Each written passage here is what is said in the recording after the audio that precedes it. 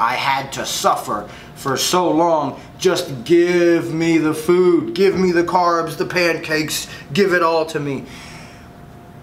And that's the wrong mindset to have. You didn't put all that work in to just blow back up after your competition. Let's just keep it real.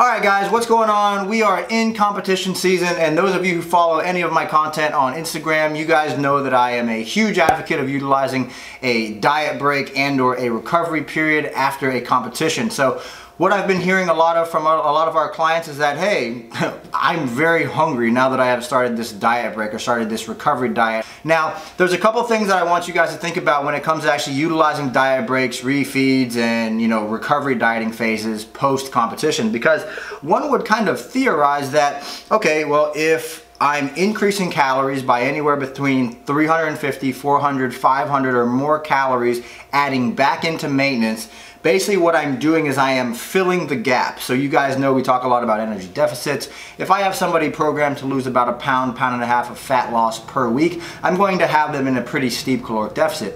What I'm trying to do to be able to pretty much get their calories back up as high as I can immediately after a dieting phase or after a show is I'm just filling the energy gap, getting them right back up to what their maintenance level is in calories. Now one would think that, okay, well if I'm eating more food I shouldn't be hungry, because the only reason I get hungry in the first place is because of the battle between leptin and ghrelin. Not so much true. There's a couple of things that I want you guys to think about in regards to adding food back in either post-diet or post-show, and we're going to dig into that right now. Alright, so the first thing is simply this. Anytime you are increasing your calories, guys, you are increasing your thermodynamics or increasing your thermic output. You're basically priming your body to go ahead and do more. However, during a recovery phase, we are not trying to do a bunch more. We actually want to be able to absorb the energy that we're putting back into our bodies as a means to allow all of our systems to recover from the onset of stress or the applied stress that we put on the system when the client was in a fat loss phase, client was pushing a lot of volume, client was doing excessive amounts of cardio. We want to recover that. So when you put yourself into either a diet break or a recovery or something like that, basically what you want to do is you also want to take back some of that extra caloric output as a means to, again, conserve this energy so that this energy can be put forth towards recovery. Second thing, keep in mind that when we are increasing glucose, we are increasing your body's thyroid function. So keep in mind that leptin is basically fueled by glucose, and when glucose is available, it improves leptin signaling, which then sends a message to your pituitary gland, which then sends a message to your thyroid and basically tells your thyroid, hey, you're allowed to go expend more energy now. So it's very commonplace that a lot of you probably find yourselves moving more after a diet break. You probably find yourselves not dreading standing up to go to the bathroom after having a diet break or a couple refeed days back to back. You just have more energy availability, and thus your body wants to move.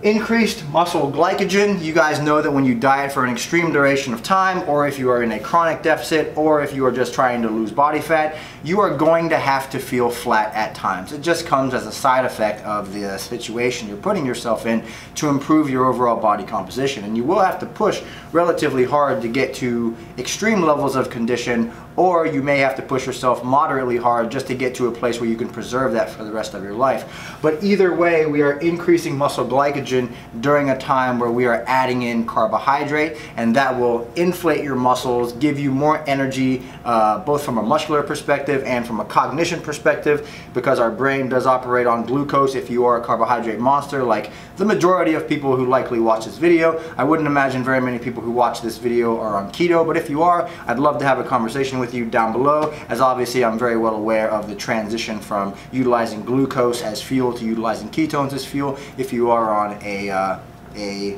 ketogenic diet. So be more than happy to chat with anybody about that. Go ahead and leave a comment down below. Now, the biggest one in regards to why you may feel so hungry after a series of dieting, a competition prep, and we have increased your calories, is going to be psychological. Historically, a lot of people have, I guess you'd say it's almost been commonplace that when the show's over, it's an it's an all-out, all-you-can-eat buffet, right? It's like, I had to suffer for so long. Just give me the food, give me the carbs, the pancakes, give it all to me. And that's the wrong mindset to have. You didn't put all that work in to just blow back up after your competition. Let's just keep it real. A more methodical approach is always going to be a better idea. So psychological, first and foremost, your mindset needs to change when you're coming out of a competition. Because if I'm thinking I'm just gonna go to Sam's Club and buy a chocolate cake after the competition, I'm gonna eat the whole thing, that's not the right mindset. And that mindset is a mindset that I'm going to eat more, I'm going to be hungry psychologically, not even your body telling you, hey, you're hungry, go eat, which is what we're going to talk about next. But psychologically, try to put yourself in a position where you understand, I'm still tracking. I didn't do all of this work to just rebound and gain all of this fat back that I lost. And you guys who are competition prep athletes, you guys know exactly what I'm talking about. Even if you're not a competition prep athlete, and maybe the coach you worked with previous, you know, maybe they had you on a chronic caloric deficit, they didn't lead you down a path where they showed you the end route, where they showed you how to keep the weight off, and then boom, bada bing, bada bam, ba bam, 20, 30 pounds back up, and you're like, what the hell just happened? Why did I hire that coach? What's up? Now keep in mind that, you know, obviously communication is going to be pivotal there. So anybody who watches this video, I'd highly recommend that when you start your fat loss phase, always consult with your coach about the plan of action after we lose the fat. Because losing the fat, it doesn't mean anything if you're not programmed or you don't have a futuristic plan of action for how you're going to keep the weight off. And this last thing, and this is kind of what I believe to be the main contributor to hunger, is that basically anytime you have gotten yourself to a point where you have been calorically restricted for a long period of time, your body just wants to survive. And it's your body trying to return to homeostasis faster so that it can resume your actual ability to be healthy. In that position, you are not healthy whatsoever. I mean, considering people would look at you and say, oh my God, you must be like the healthiest thing ever. But your metabolism is so compromised and your hormones follow that. Obviously, your metabolism makes up every single physiological process in your body, and your hormones are a part of that.